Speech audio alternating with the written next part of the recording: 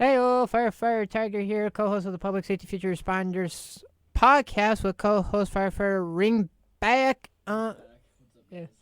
We are going to be having a discussion on the lithium-ion battery cases from the from New York's fire department in New York City. Please note the fact that all discussion points in this podcast episode will be ours and solely our purposes, with sources found online with links to that in the description of the channel box. So go check that out to verify all statements. So not all statements are verified that we discuss. Not all of them are from the site. Some of them are our own opinions, so please be aware of that fact. So anywho, let's get into that discussion. Oh, what about the weather report? We can't start without that. I already did that. Oh, you did? Hey, look at that. We just screwed up. It's fine. It looks sunny outside, guys. And Yeah. I'm actually wearing shorts today, so, Yeah. you know, if you know what that means, it feels nice outside. Yeah, we may end up having to redo this. Why? I don't know. Anywho, moving on. Let's go right into the lithium-ion battery discussion. So.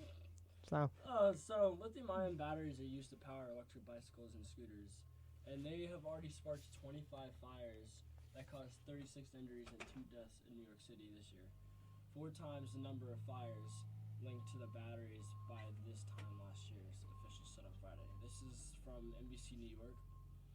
And Fire Commissioner Laura Kavanaugh said Mayor Eric Adams' administration is coming at this problem from every single angle, including working with the City Council and the Federal Consumer Product Safety Commission on additional regulations for the batteries and educating the public on their proper use and storage.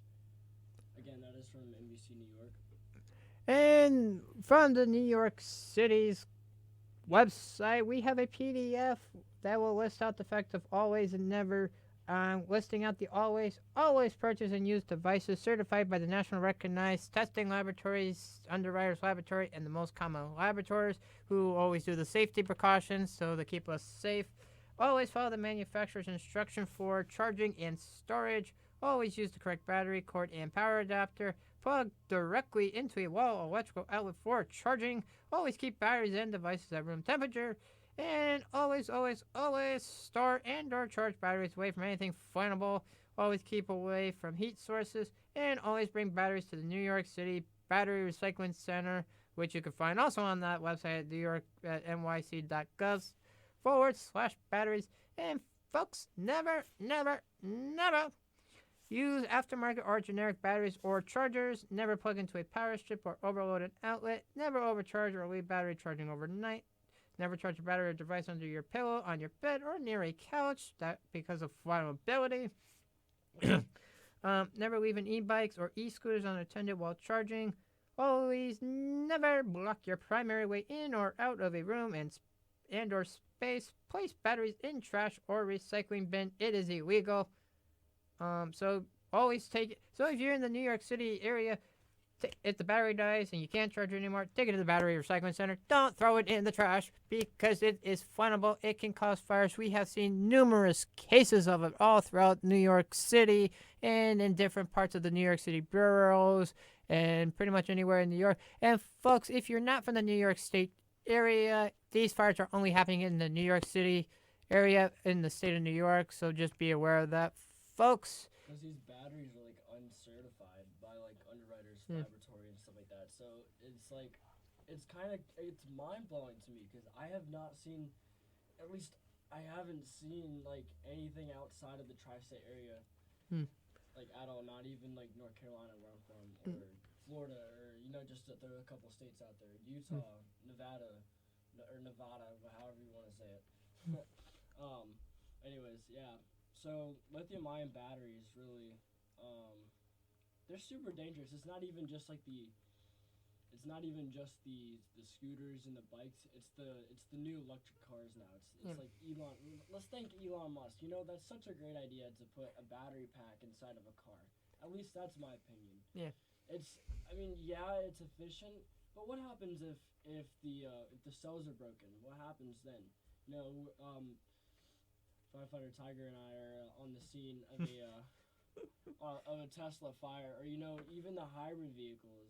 You know, it's few pointers I want to point out is the fact that because of these lithium-ion battery fires, now it is being recognized by the fire departments around the country. The fact that these are becoming a high-prone fire-related problems that we need to start training our first responders in fighting these fires. And folks, if you ever come across a lithium-ion batteries, do us a favor and basically, as according to the New York, if you're in the New York City area, to the fact that lithium-ion batteries can enter in an uncontrollable self-heating state, which results in the release of gas, which causes the fire and possible explosion.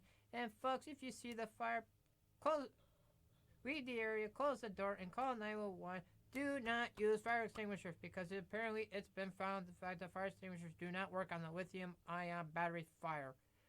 Even water may not prevent a battery from burning and spreading. Battery cells are known to explode and quickly spread to another battery. It can spread to other. So basically, the common message here, folks, is if you see the lithium-ion batteries fires, leave the area, close the door, do whatever you have to do. Just get out of there, call 911, let the professionals handle it. We're being trained to handle these fires. So, folks, just do us a favor. If you see it, call it in, and just make sure everybody's safely away from it, please. Just get out of the building. Like, yeah. It's not worth it. I've seen some stuff. Yeah. Damaged or unstable batteries in improper charging, storage, or disposal can cause the batteries to overheat, leading to an explosion. And that aggressive fire that spreads rapidly can reignite and is challenged to extinguish. So, folks, if you have a fire extinguisher, unfortunately, folks, that's not going to help you. That's probably only going to buy you about 5 minutes to get out of the area. Yep. I'm sorry, folks. Sorry, folks. Right there. I'm so sorry. Even though fire extinguishers are proven to help, apparently they cannot solve every problem. So, how exactly do you deal with car fires, like lithium-ion battery car fires, with your department? I know that like each department is different. We try to put it inside of like sand and stuff like that to kind of just let it like cool down or whatever. Yeah, pretty much in my department, we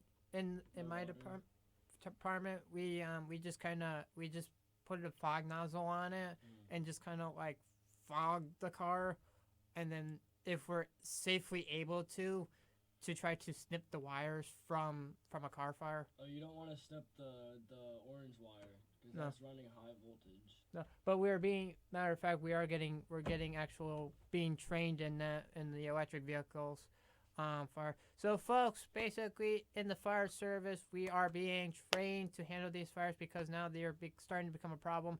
And I want to point out the fact from the mayor. Yeah, the mayor himself signed a bunch of bills yesterday, as you probably have heard, to the fact that he is starting to take action on these fires and is trying to crack down and has asked for some help. So, folks, basically what we're trying to basically say the fact is if you got one of these electric areas which basically fires, these rechargeable batteries are found in the electric bikes, scooters, cars, laptops, tablets, phones, and common household devices. Unfortunately, folks, these fires, hate to sadly say it, can cause death and serious injuries and devastating damage to properties around the city. So I feel bad for those families who may end up have lost some lives. Feel bad for those people. Hopefully they're sadly passing from these fires. Have sparked a call for we need to of priority and need to help focus on this problem because we want to try to tackle this problem before it gets out of hand. We don't want to end up like California where we have a major problem and we can't get out of it. Yeah, so the first bill provides an informational campaign educating the public on fire risks posed by power mobility devices. So essentially what they mean is scooters and the electric skateboards. I've actually seen a couple of them over the campus, so hopefully they know. And how to mitigate those risks. The second bill will prohibit the sale, lease, or rental of powered mobility devices such as e-bikes and electric scooters and storage batteries for these devices that fail to meet the recognized safety standards. Those recognized safety standards are set by the Underwriters Laboratory, and just like a lot of other things, they need to be what do you call it? They need to be recognized. They need to. They need that basically. Certified. That's what Yeah. I'm looking for. They need to be certified. And folks, if you don't see the UL, basically here's the bottom line, folks. If you do not see a recognized laboratory stamp like the Underwriters Laboratory, which is stamped with the UL in a circle, that means the fact that it wasn't tested. Yeah. Which means Tested. if it's not labeled there, don't trust it. This is the big question, folks. Is the fact that if you don't see a recognized laboratory that has tested it, fully approved it, don't trust it. If you see it, then it was tested 100% to the best of their abilities to find out these problems. The third bill will require the FDNY to submit 5 reports relating to the fire risk and powered mobility devices such as e-bikes and electric scooters, as we had talked about before.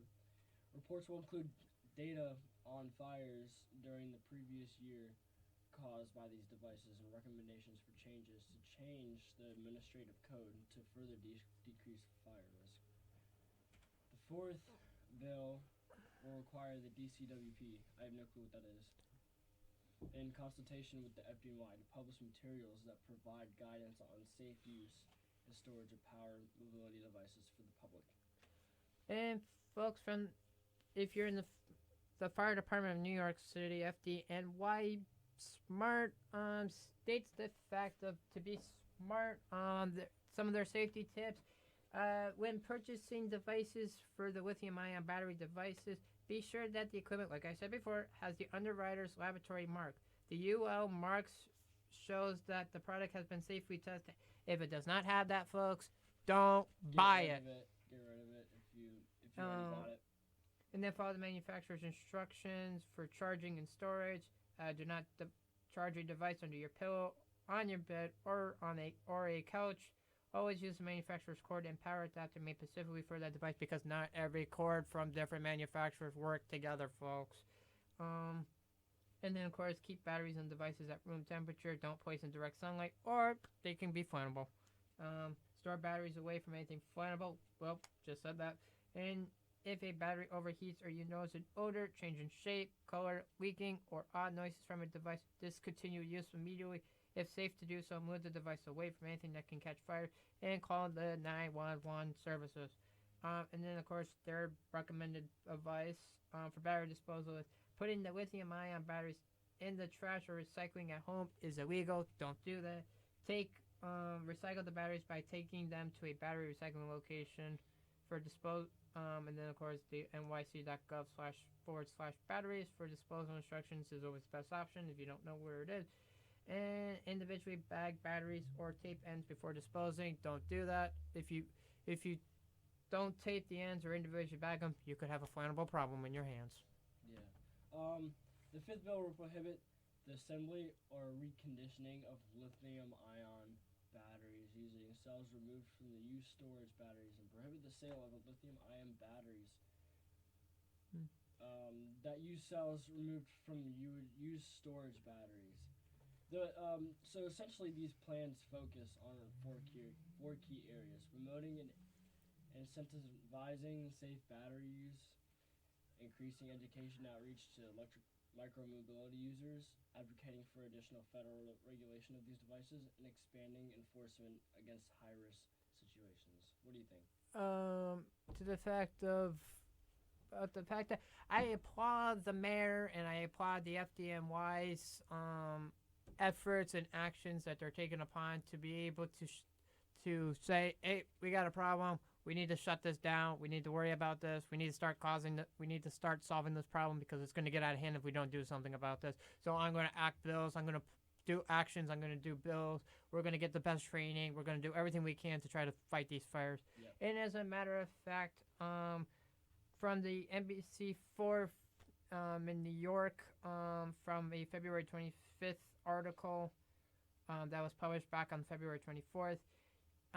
Unfortunately, last month, e-bike batteries were blamed for 25 New York City fires, and 2 deaths, unfortunately, happened this year in New York City. So our thoughts and prayers go out to those families. Absolutely.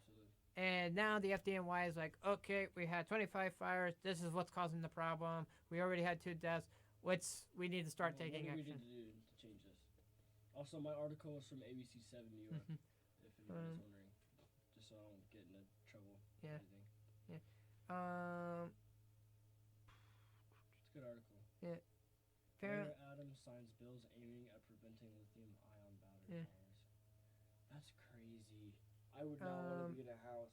Apparently, they set up a integrity task force, descended on a storefront on Thursday where delivery men in Lower Manhattan paid to get their batteries charged. 3 people were injured in a dog attack in Elizabeth, New Jersey. Just happened right now. Oh dear. Yep, apparently 2 minutes ago. Apparently, the fire codes for the city of New York have changed with the fact of with the FDNY cracking down on it. The fire code only allows 5 lithium-ion batteries to be charged at one time, and apparently they walked into the storefront and found hundreds of them, all sitting right next to one another. The whole store went up. That's crazy. I saw something about that. So, folks, basically, if you got 5 of them, store them properly. Basically, store them properly. Be safe. Be smart. And if you see something, say something. We've all heard that line before. If you see something not right, it's gonna save you a life if you say something about it, even if it's suspicious. Yeah. So fire codes have changed to help tackle the problem, to start limiting. Hey, if you have 5, only 5 at a time can be charged. More than that, you have to just rotate the 5 out. Don't do 20,000 of them in one room because that's going to cause a flammable mess, and that's a huge, huge problem. So that is so crazy how, like, it's not even just about the lithium-ion batteries, but everything that happens in New York, it gets out so fast on the news. Yeah. Like, a 49-year-old man was charged after pedestrian. He killed a pedestrian in a Brooklyn car crash, and it happened 30 minutes ago. Also from the same article, Fire Commissioner Laura. I'm just gonna spell the last name, folks. Kavanagh said Mayor Eric Adams' administration is, quote, coming at this problem from every single angle, including working with the City Council and the Federal Consumer Product Safety Commission on additional regulations for the batteries and educating the public on their proper use and storage. So, folks, basically the bottom line is be safe with your lithium-ion batteries. Oh, and before I forget, folks, with the lithium-ion batteries, if you have these batteries and you're going to the airport and the TSA agents at the airport tell you to remove that battery, it's going to save you and everybody on the plane if you just remove those batteries, because there's been also some cases where lithium-ion batteries have caught fire while in flight and caused numerous planes to probably crash to make emergency landings. So, folks, if the TSA agents say you got to remove that, remove it. It's going to save you time, safety, and everybody can get to their destination on time without having to make an emergency pullover. Yeah. So. Crazy, man. So, but once again I want to applaud the New York Fire Department's fire commissioner and the mayor for taking action on this, along with the Federal Consumer Product Safety Commissions. And folks, basically here the bottom line is if you have a lithium-ion battery product, follow the manufacturer's directions. If they tell you to do something, follow it. It's going to save you. It's going to save your family. It'll save your house. It'll save your business. Basically, wherever you have it, it's going to save your life. And folks, if you're in the New York City area and the battery dies and you can't recharge it, take it to a recycling center. Never throw it away. And folks, that will do it for this Public Safety Future Responders podcast discussion on the lithium-ion batteries. All links that we have discussed in this episode will be published down below in the channel, in the episode's description over on our YouTube channel. And folks, if you're in the New York City, be safe, be smart, and follow every rules and regulation, folks. Otherwise, you'll end up in a lot of issues.